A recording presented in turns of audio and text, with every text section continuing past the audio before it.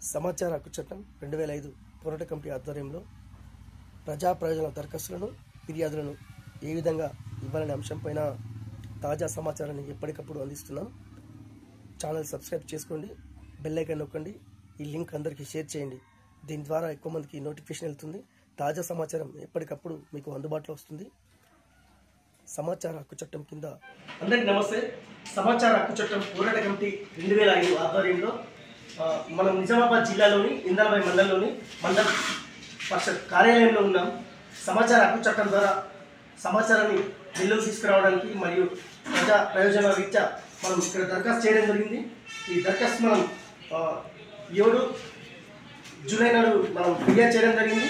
ఈ ఫిర్యాదు పైన అధికారులు స్పందించి మనకు సత్వరమే మనకు మెమో కూడా ఇష్యూ చేయడం జరిగింది.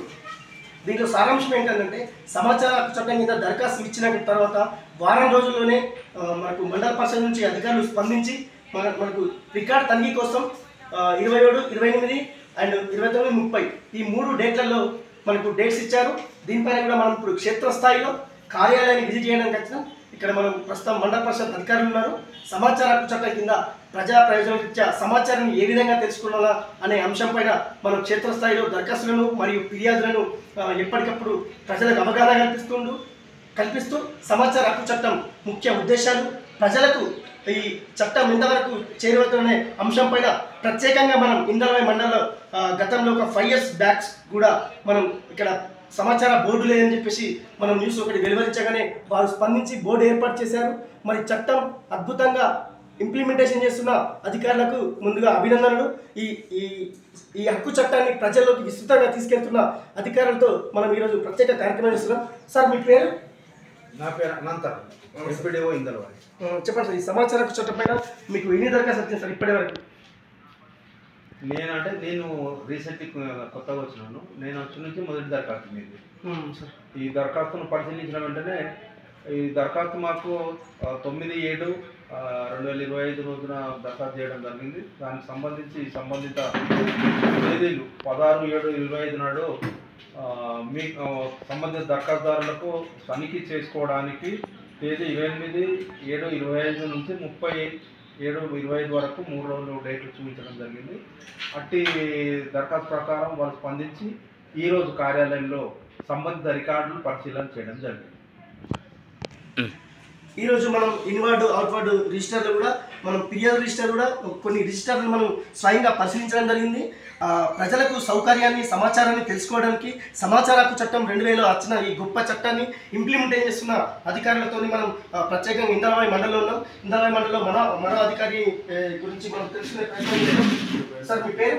శ్రీధర్, సూపరింటెండెంట్గా పిఐఓ సమాచార హక్కు చట్టం కింద పనిచేస్తున్నాడు. ఇప్పుడు ఈ సమాచారం కింద మీకు ఇప్పటివరకు ఎన్ని దరఖాస్తులు వచ్చింది సార్ ఈ కరెంట్ ఇయర్ 2025 సంవత్సరం? 2020 సంవత్సరం అంటే మీది ఒకటి వచ్చింది, ఇంతకుముందు ఒకటి ఫస్ట్ అప్లెట్ అథారిటీగా వచ్చింది, వరంగల్ నుంచి వచ్చింది, అది కూడా డిస్పోజ్ అయిపోయింది. ఇప్పుడు మీది.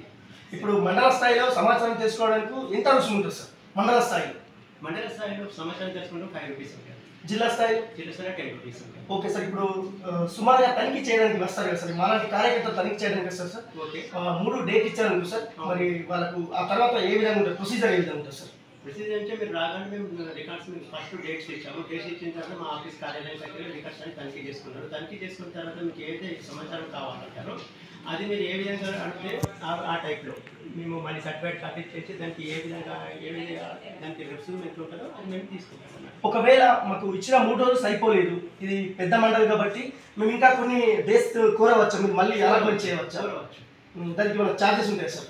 తర్వాత నెక్స్ట్ ఛార్జెస్ ఉంటాయి. ఎంత ఉంటుంది సార్? ఒక గంటకు సుమారు ఎంత ఉంటుంది సార్?